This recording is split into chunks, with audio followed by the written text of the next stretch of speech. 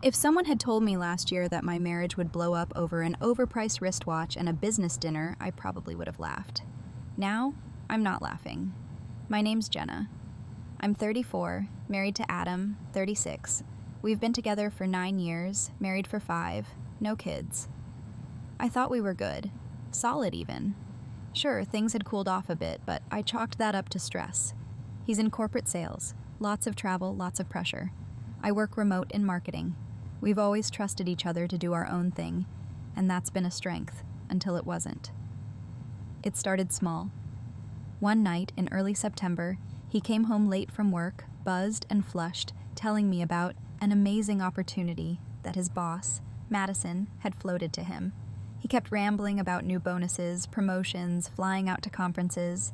I was happy for him until he mentioned that the dinner was just the two of them. I asked, "Just you and Madison?"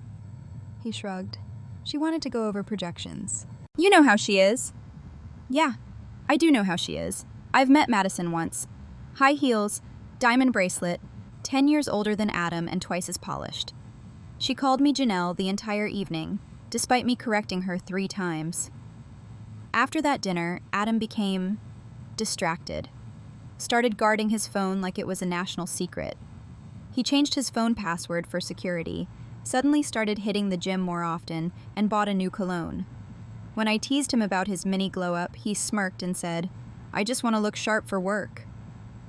Then came the watch, a $3,000 Tag Heuer, charged to our joint credit card. When I asked him why he didn't talk to me first, he said, "It's a reward to myself for all the extra hours." When I pushed back, he snapped, "Why are you always questioning me lately?" Always? I hadn't even started yet. Something was off, and I knew it. So I did what any woman with a gut feeling and a backup email address would do. I logged into our phone account. I didn't even have to dig far. One number stood out. His boss's. Hundreds of texts, at all hours, even while we were watching Netflix together. My stomach dropped when I saw a 3 a.m. call that lasted 19 minutes. That's not a business call. That's a drunken I miss you call. I screenshotted everything. Every timestamp, every late-night message, every emoji. But I didn't confront him. Not yet. Because I wanted to be sure. I needed more than screenshots. I needed proof. So I waited. I smiled. I played the perfect wife. And I started planning. Adam had a conference in Denver. It was a 3-day trip. He mentioned it 2 weeks in advance, dropped it casually over dinner, and even threw in that Madison would be speaking on a panel, so it's going to be a lot of prep. Prep, huh? I didn't say anything. I nodded, smiled, and offered to help him pack. The night before he left, he even kissed me on the forehead and said, "Wish me luck." I did. And then, the next morning, once his Uber pulled away, I booked the same hotel. 2 floors below him. Different name. Paid in cash.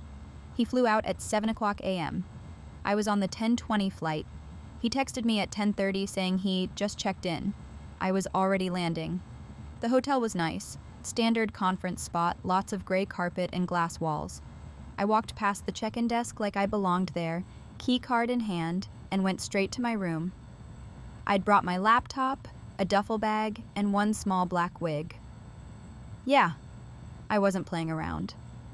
By 4 p.m., I was in the hotel bar, sipping water and pretending to scroll my phone while I watched the elevators. At 4:47, Madison walked in. She wore a white silk blouse tucked into a black pencil skirt. She looked exactly like the kind of woman who corrects your grammar while complimenting your shoes. And Adam? He followed her into the bar 2 minutes later, laughing, relaxed. No laptop, no folders. They weren't here for prep, they were here for drinks. And whatever came after. I stayed far back by the plants, watched them order cocktails and sit in a booth facing each other. She touched his arm twice in the first 10 minutes. He didn't pull away. He leaned in. At 6:12 p.m., they got up together. I followed, keeping my distance. They went straight to the elevators.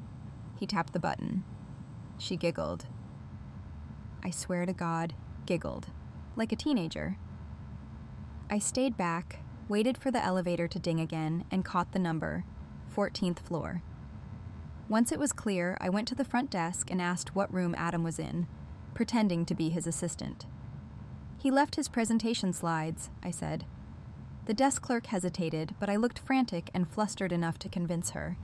She scribbled it down. "Room 1442. Perfect."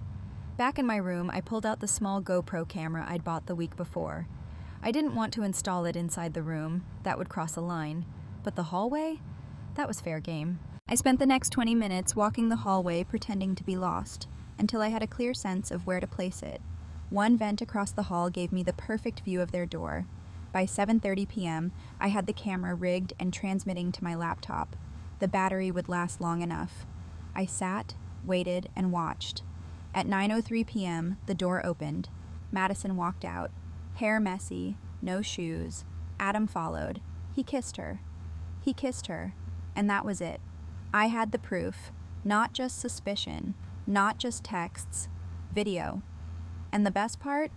He had no idea I was 10 floors below watching the whole damn thing unfold. I left Denver before he did, caught the 6:45 a.m. red-eye, landed, and went straight to my best friend Laura's apartment. Laura's not just my best friend, she's also a cop. Not a beat cop either. She works in cybercrimes, and she's been dying to use her skills for something entertaining ever since she caught her ex with a bartender. When I told her everything, every text, every screenshot, the footage from the hotel hallway, she didn't even blink, just said, "You want to destroy him emotionally, legally, or professionally?" I said, "All three." By noon, we had a plan. First, Laura helped me make a backup of everything. 2 flash drives, one for safekeeping, one for war. Then, we ordered lunch and waited. Adam's flight was supposed to land at 4:15 p.m. At 4:12, he texted me. "Landed, so exhausted. Can't wait to see you." I didn't reply. Instead, I drove back to our house with Laura. She came in uniform, not full-on riot gear or anything, just the "don't fuck with me" version of her job. The one with the badge clipped casually to her hip and the resting, "I'll arrest you just for being annoying" face. We parked, waited. Adam walked through the door at 5:02 p.m. His face lit up when he saw me. "Hey, babe." Then he saw Laura. His smile dropped. Everything okay?" I nodded. "Yeah, just needed a witness." He looked between us, confused. "Witness for what?" I tossed the flash drive on the kitchen island. "Your promotion's going to be really short-lived." He picked up the drive. "What is this?" "You." Madison. Room 1442, Denver, September 15th, 9:03 p.m. "Go ahead. Plug it in." His hand froze midair. Laura stepped forward. "Just so you're aware, I haven't reported anything, yet. But I am legally obligated to tell you that if Jenna decides to go after you for anything, financial fraud, misconduct, harassment, I will assist her to the full extent of the law." He stared at her, then at me. Then, unbelievably, he laughed. "You went to Denver? Are you serious?" "Oh, I'm very serious." He dropped the drive. "You're insane. You know that?" Laura raised an eyebrow. "So, are we confirming it's you in the footage?" He shut up. The next 20 minutes were him pacing, ranting, trying to twist it around. First he said Madison was just a fling. Then he said it didn't mean anything. Then, my personal favorite, "You were distant. I didn't feel appreciated." That's when I opened the drawer and handed him the papers. Separation agreement, already reviewed by my lawyer. He looked at them, stunned. "You already talked to a lawyer?" I smiled. "No, Adam, I talked to 3. He didn't cry. He didn't beg. He just stood there, breathing hard, jaw clenched. Then he stormed out, slamming the door so hard the coat rack fell over. Laura turned to me. "So, wine?" The next morning, I put on my favorite black blazer, the same one I wore to my last job interview. Simple, clean, unassuming. Then I drove to Madison's office. Her company's building was all glass and brushed steel, with the kind of lobby that smells like eucalyptus and money. I walked in like I owned the place. "Hi, I'm here to see Madison Caldwell," I said to the front desk clerk, flashing a polite smile. He tapped on his keyboard. "Do you have an appointment?" "No, but she'll want to see me." He hesitated. "And your name?" "Tell her it's Jenna, Adam's wife." His face barely changed, but I saw it, the twitch in his eye. He knew something was up. He made the call. A few seconds later, I was being buzzed up. 14th floor. Of course. The receptionist on her floor looked just as confused when I walked in, but she didn't stop me. I walked straight to Madison's office and opened the door. She looked up from her desk, startled. "Jenna?" She looked different in the daylight, less polished, more tired, like maybe she'd had trouble sleeping. I shut the door behind me. "I won't take long." She slowly stood up. "Is Adam okay?" I laughed. "Oh, Adam's fantastic. Though he's going to have a hard time explaining all this when your HR gets involved." I reached into my purse and placed a large envelope on her desk, labeled, "To HR Department, Re, Policy Violations." Her face turned pale. "What is this?" Copies of text messages, call logs, photos, footage from a Denver hotel hallway. You know, the one where you kissed my husband outside room 1442? Her lips parted, but no sound came out. I leaned forward. "Don't bother denying it. I already sent a digital copy to your company's ethics board. This is just the courtesy copy." She sat down, hard. "You're not going to ruin my career over a personal mistake," she snapped, trying to regain control. "Oh, no," I said calmly. "You did that all by yourself. I'm just making sure it gets the credit it deserves." She clenched her jaw. "Adam said you were unstable." I smiled. "That's funny, because last night he said you were just a fling." That hit. She blinked, twice. "You're bluffing," she said, voice shaking. "You want to call HR and test that theory?" I tilted my head. Or maybe wait for the board to finish reading through all those late-night sexts and expense reports? For a second, she looked like she might throw something. Instead, she just hissed, "Get out!" "Gladly." I turned and walked out of the office, heels clicking on the polished floor, adrenaline pounding through my veins. Halfway down the hallway, I passed one of her colleagues in a suit who gave me a curious look. I smiled sweetly and said, "You might want to cancel Madison's 2 p.m. meeting. She's going to be busy." It took Adam exactly 3 days to come crawling back. Not a call, not a text. A full-blown ambush at my doorstep with a bouquet of roses, a bottle of wine, and the most pathetic expression I've ever seen on a grown man. He knocked twice. I opened the door, saw his face, and immediately wanted to slam it shut. "Jenna, please, just hear me out." I didn't say anything, just stared. He held up the flowers. "Can I come in?" "No," he paused. "Can we talk?" "We are." He sighed and lowered the bouquet. "Look, I messed up. I know I did. But we've been through so much. Don't throw this away over a mistake." I blinked. "A mistake? You mean the 8-month affair? The business trips you didn't actually need? The lies, the gaslighting?" I wasn't thinking straight. "Oh, I know. You were thinking with your dick." That shut him up. Then he did what all men like him eventually do. He turned it into a guilt trip. "You've always been so cold lately. I didn't know if you even wanted this marriage anymore. I was lonely." "You were lonely?" I said, stunned. "So your solution was to sleep with your boss, behind my back, for months?" "I'm sorry, I miss us." I laughed. "You miss me?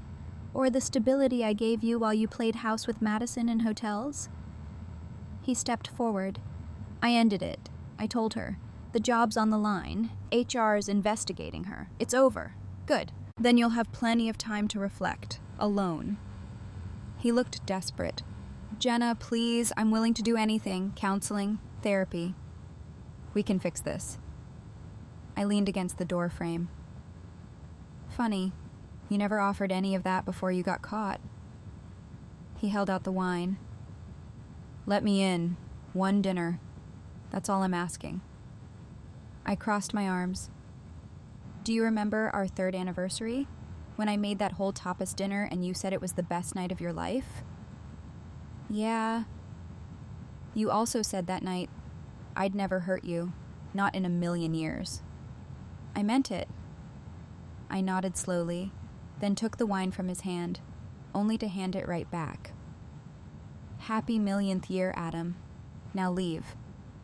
And I closed the door. He stood there for a few seconds, but I didn't care. I didn't watch through the peephole. I didn't peek through the blinds. I went straight to the kitchen, poured myself a drink, and deleted his contact from my phone. Again. The message came at 1:42 a.m. I was in bed, scrolling half asleep when the notification popped up on my phone. Unknown number. Hi, you don't know me, but I'm Madison's husband. We need to talk. I sat up like I'd been hit with a stun gun. I double-checked the number. Not Adam, not spam. I hesitated, then typed, Me. You're serious? Unknown. Number. Unfortunately. I think our spouses have been sleeping together. I stared at the screen. It felt surreal. I had proof, of course, but hearing it from him made it real in a different way. I could picture this poor guy sitting alone in some cold kitchen, staring at texts or receipts, doing the same mental math I'd done weeks ago. Me.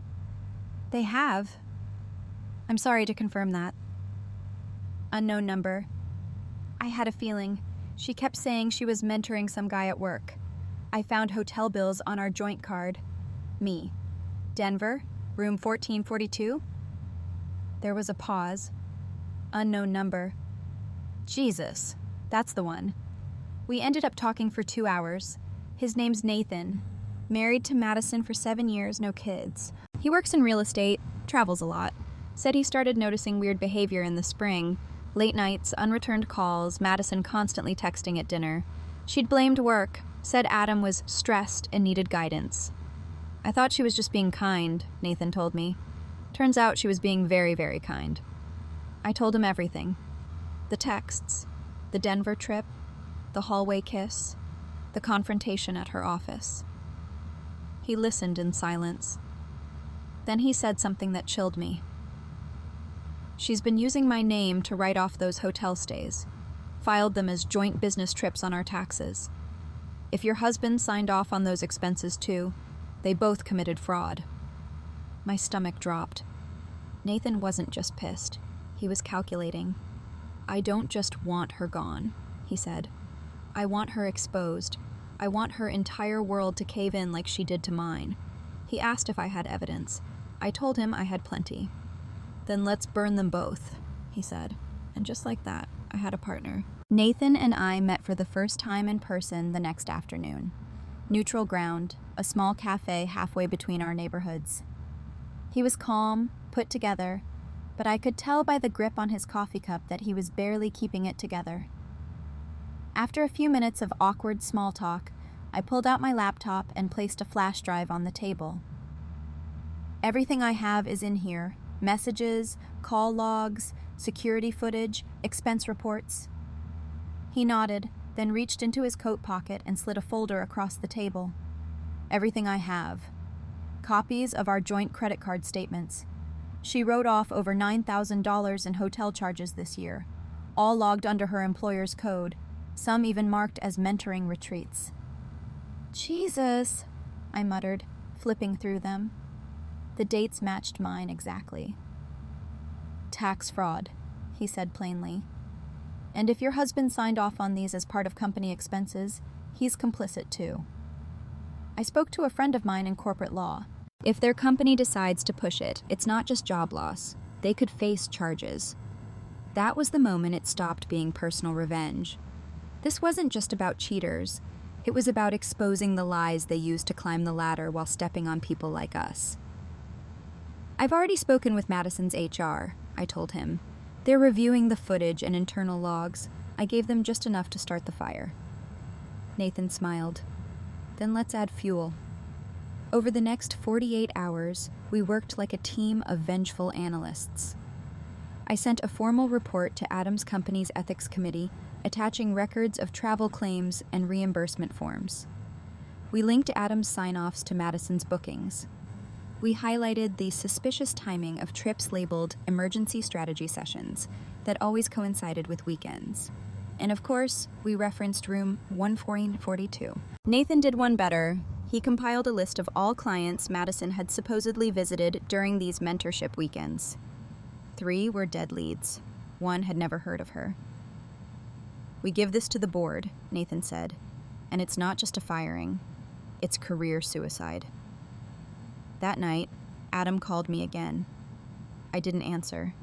He left a voicemail. "Jenna, I know you're still angry. I get it. I need to know if you're going to try to ruin me. I can't lose my job right now." I didn't delete the voicemail. I saved it. It might come in handy. 3 days later, Madison was placed on administrative leave. Word got around fast. Adam came home that night. He still had a few days left on his lease and slammed his keys on the counter. "You told them, didn't you?" I didn't bother lying. "I told the truth. What they do with it is up to them." He pointed a finger at me. "You're trying to destroy my life." "No," I said, standing calmly. "You did that. I'm just making sure you can't lie your way out of it."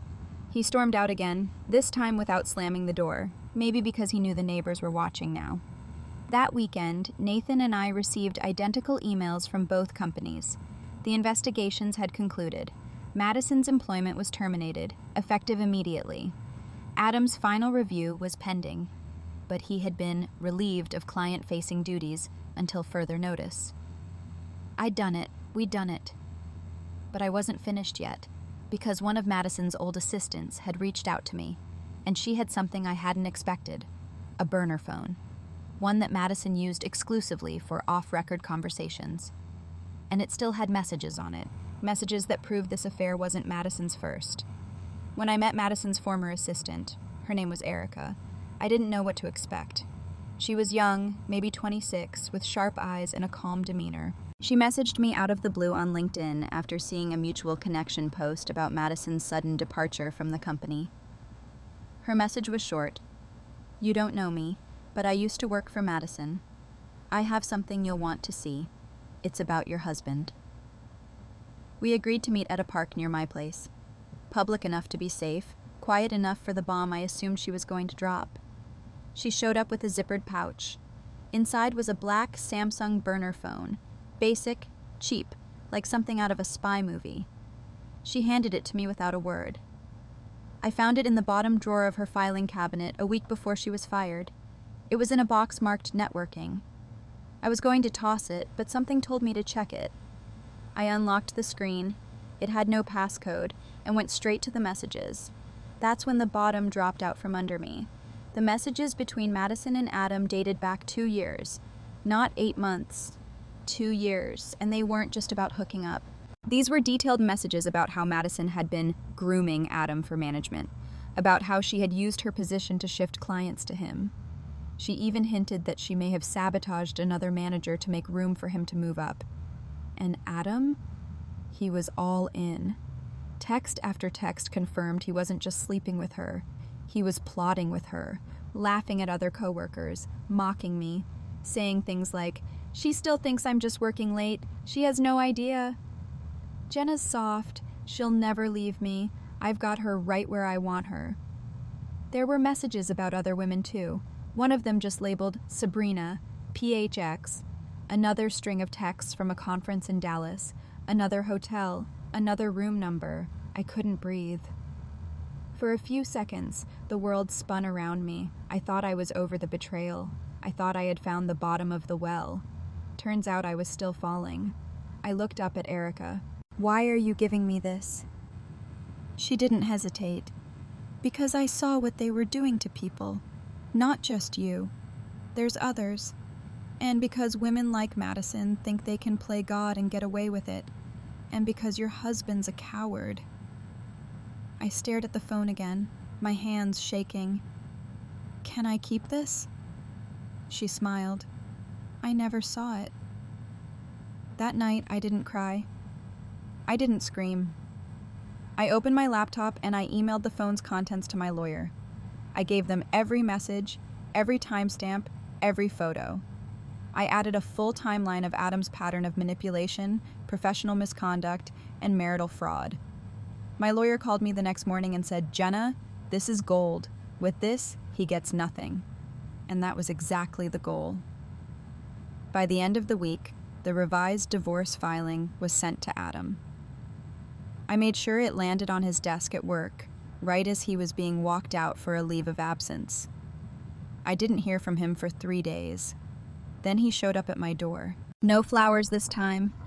Just a man who looked like he hadn't slept, hadn't shaved, hadn't thought clearly in days. "You went too far," he said, voice hollow. I opened the door wider.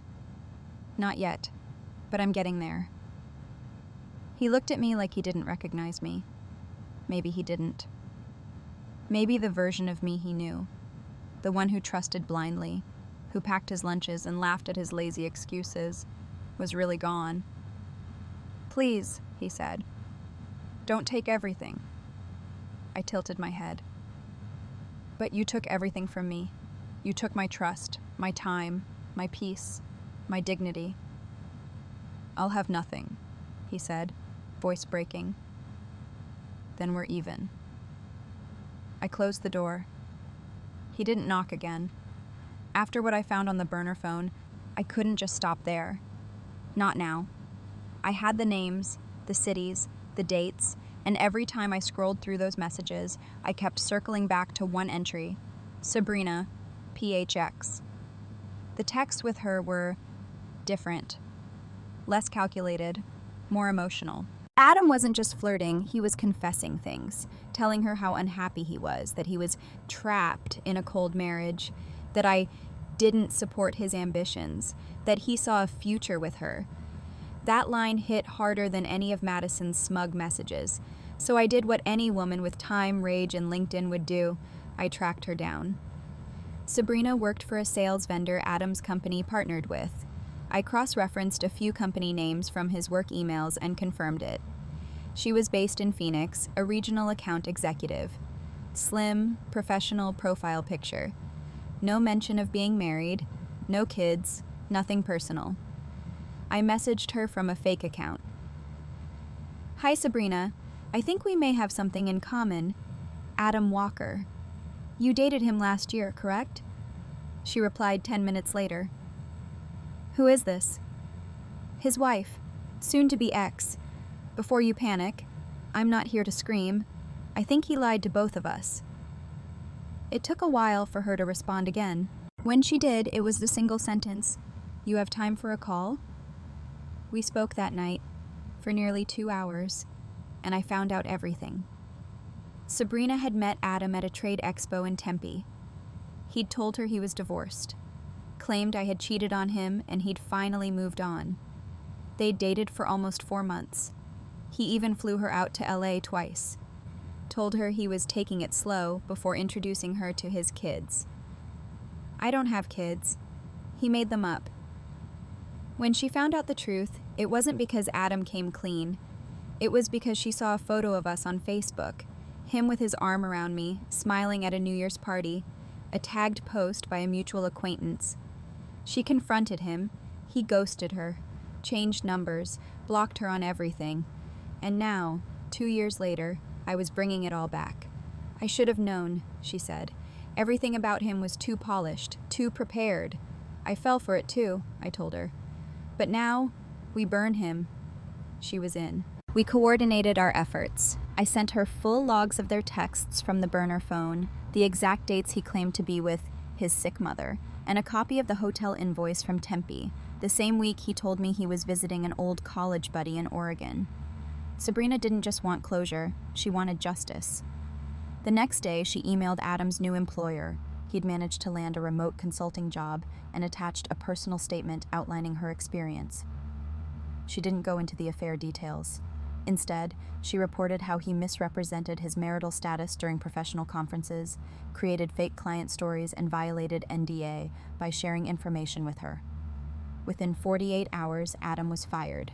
Again. He texted me that night, "Why are you still doing this?"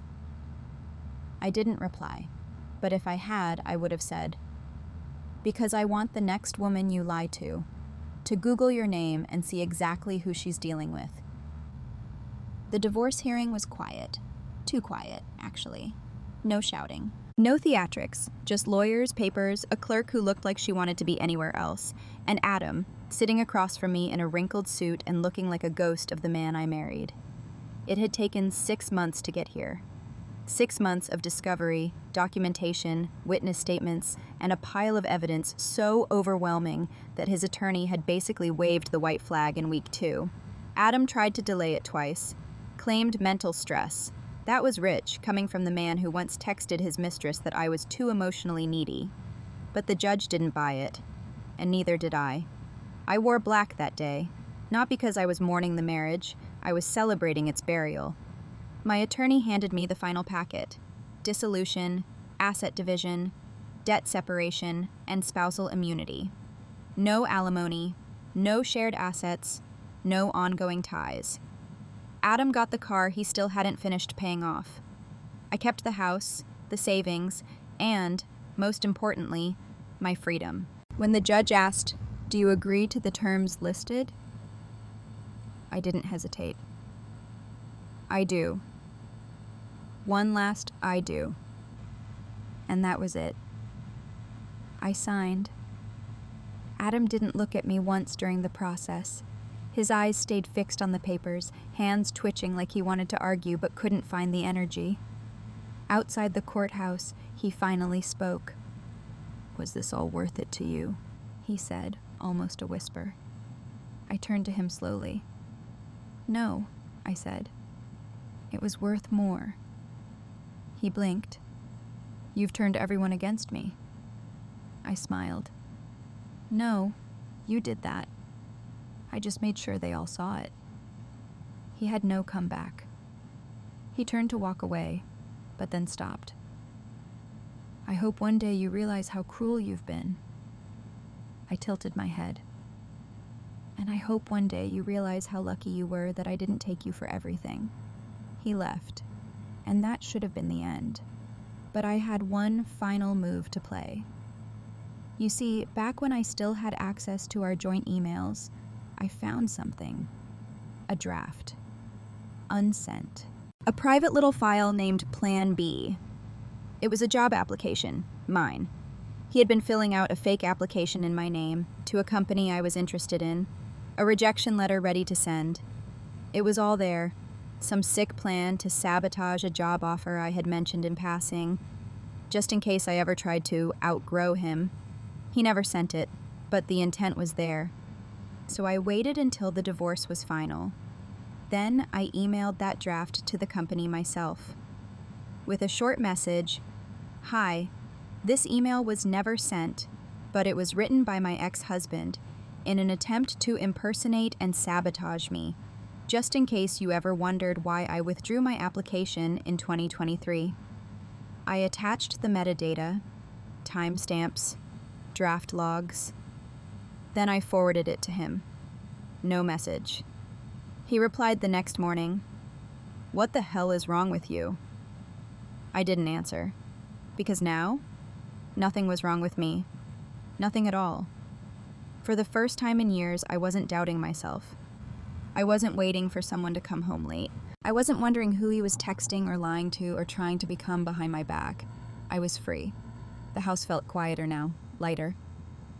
I put new locks on the doors, burned the last wedding photo, got a new job, a better one, and started traveling for real.